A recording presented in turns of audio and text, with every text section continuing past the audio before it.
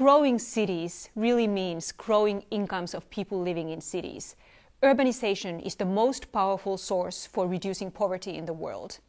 The people who move from rural poverty to urban areas, they move there because they have more opportunities in the urban areas, and we haven't done as well as we would like to for many of these people.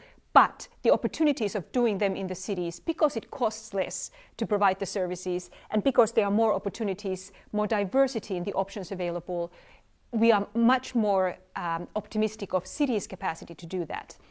And the exciting thing about people moving out of poverty is also they will start having incomes when they have more choice of where they want to spend it and what they want to do with the money that they have.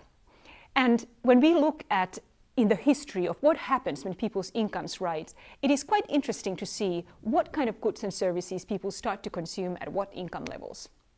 One of the first things households buy when they can afford is a refrigerator.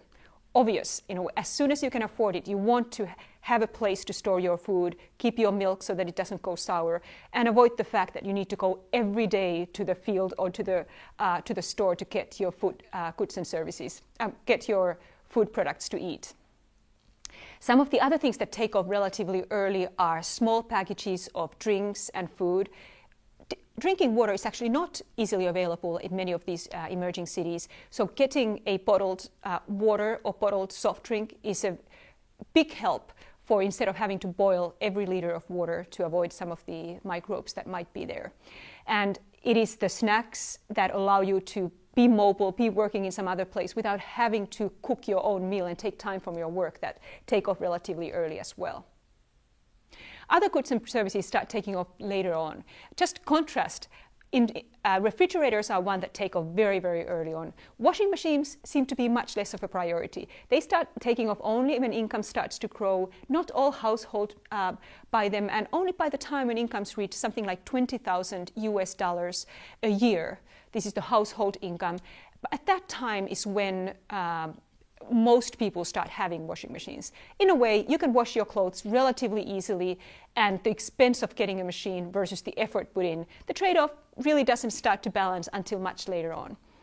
And interestingly, one of the things that takes off last is services of all kinds. In a way, we buy the goods that make our life easier as soon as we can afford, but services in many cases are luxuries. Financial deposits, for example, only when you have money to save do you actually need that. And things like restaurants, eating out, movies, etc.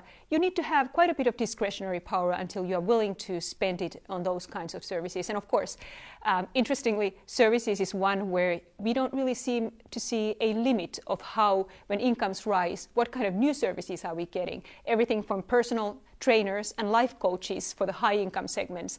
In a way, there is no limit to human imagination on the kinds of services you can find in some of the big cities.